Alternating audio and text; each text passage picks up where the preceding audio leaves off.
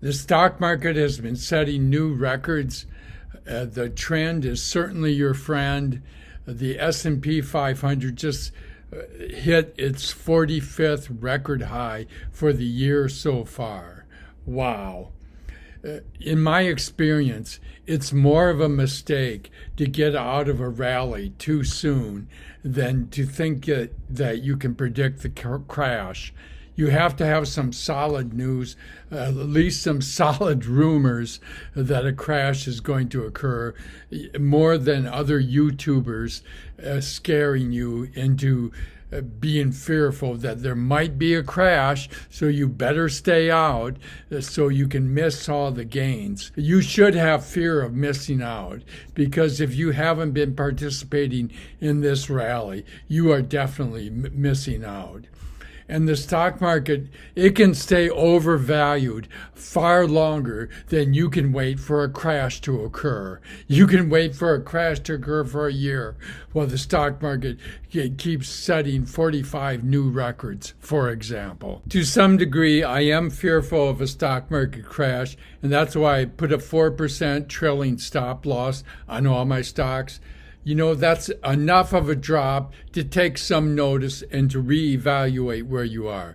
I may go right back into it depending on conditions, but at least it's a wake-up call. It draws my attention. It indicates something needs to be looked at, and it saved me a lot of money. Nvidia is the king of artificial intelligence and has gone up to nearly 135. It's 134.80. And in the last month, it's gone up over 24%. So it's finally come awake and is acting like it means business. And in many ways, people look to what this stock is doing as to how the rest of the artificial intelligence stocks are likely to be doing. So it's a good long-term hold. Nvidia's relative strength is 68, which is good. It's neither overbought or oversold. The SPY is the ETF for the S&P 500, and it's been going up steadily in the last month. It's gone up over 5% in the last month with a relative strength of 64, which is good. This is a constant weeding out of the worst companies in the top 500 and putting in the best companies in the S&P 500. So you're constantly getting the selected best companies the United States has to offer. And if Warren Buffett had one recommendation for an ETF to own, it would be the SPY, the S&P 500. The triple Q, the QQQ, is foundational to my portfolio, and its relative strength is 62. You can see the relatively higher lows and higher highs, and it's made over 7% in the last month. So you're constantly getting probably the best technology companies, but also about 30% of this fund is not technology. It's just the largest 100 companies on the NASDAQ. So you are getting some diversification, although it tends to be primarily technology because that is the fastest gaining area. A bullish fund I'm constantly in and out of is the TQQQ, the TQQQ, and it's an outstanding fund when you're in a rally. Okay, when it's on the downside, it can also lose 3 times as much. So you want to make sure you're in a rally when you're trading it. It's made over 22% in the last month. Its relative strength is 61, and it is a short-term trade-oriented fund in my mind. Berkshire Hathaway is my safety fund, and it's more or less been flat the last month. he more or less is selling a lot of the stock and putting it into cash. It's over 45% cash right now. So if the market ever turns around convincingly to the point where earnings go up dramatically and he starts investing again, he certainly has the cash to buy major companies. So, there's a strange thing I've noticed with myself. When I invest for safety, and I hope this doesn't turn out to be the case with Berkshire Hathaway, but when I try to be safe, I usually lose money on those. And the things that are wilder and supposed to be off the charts wild and risky, and oh my God, you want to stay away from those like the TQQQ, that's where I make all my money. And the safety things I force myself to do, but it's very reluctant, and I might give it up as a bad habit because I have not had good luck with trying to be safe. I don't think the stock market is a place to be overly safe. I think putting a trailing stop loss of 4% is being safe enough without reaching for extra safety, probably. A stock I love is Vertiv Holdings, symbol VRT, and it's made over 48% in the last month. Wow. Its relative strength is 79. Now, some would say that's getting high, but in a rally, I don't think it makes that much difference, because a rally like this, it can go on much longer than anybody thinks it can. I like Investor Business Daily's approach, where they like it. The higher the relative strength is, the better in their mind. If it's over 90%, they think that's great. And actually, I've gained more from that approach than being too cautious on the relative strength. I like a stock that's showing a lot of relative strength. It can stay up there way longer than anybody thinks it can, usually. And then Palantir, symbol PLTR, is the company that says you can ask it any question about a given set of data and it will find the answer. It's very strong into artificial intelligence. It's pure artificial intelligence in many ways. They supposedly helped find bin Laden. That's never been confirmed, but it's suspected.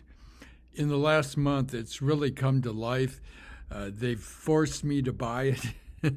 It's made over 25% in the last month, and I'm forced to buy it, even though its PE is like around 100. And all I can say is its earnings had better be very good the next time that comes out on the third quarter, or I'm out of here. Palantir's relative strength is 79, which in my world right now is very good. Oraco, symbol ORCL, which does cloud infrastructure. It has much better numbers than Palantir, but not quite the chart. So basically, you're going with better numbers with Oracle, but you're going with the better chart with Palantir. And right now, the better chart is winning. They both entered the S&P 500 at the same time about 2 weeks ago. So they're both benefiting strongly from the entry into the S&P 500. Oracle's relative strength is 69, which is good. And Dell, symbol DELL, is a computer maker that's getting into artificial intelligence. It's on the equipment side of the dial. It's made over 19%, almost 20% in the last month, and its relative strength is 65, which is good, and I expect this stock to keep producing. Broadcom, symbol AVGO, is a lumbering giant that I keep returning to because it connects everything to everything else. They do a little bit of everything, it seems like. I can't even list all the things they do, so I don't even try. Their relative strength is 61, and you can see they have their ups and downs with a steady trend towards going up now. So I jumped back into it, and it's made over 22% in the last month, which is good. Its relative strength is 61, which is okay. I invested in Taiwan Semiconductor, symbol TSM, although people often refer to it as TSMC. Its relative strength is 66, and it has a nice chart, although it kind of swung down there for a while, but it's kind of recovered back up on reports that its sales have increased, which is really important for semiconductor stocks, simply because this company makes 80 to 90% of all semiconductors. So it's a good sign that its sales increase significantly, and Nvidia should be going up. NuScale Power Corporation, symbol SMR, is your neighborhood nuclear reactor that data centers are going to need to power all their energy needs that they're going to need, such increased energy to do artificial intelligence. SMR's relative strength is 63, and it's made over 59% in the last month. Wow.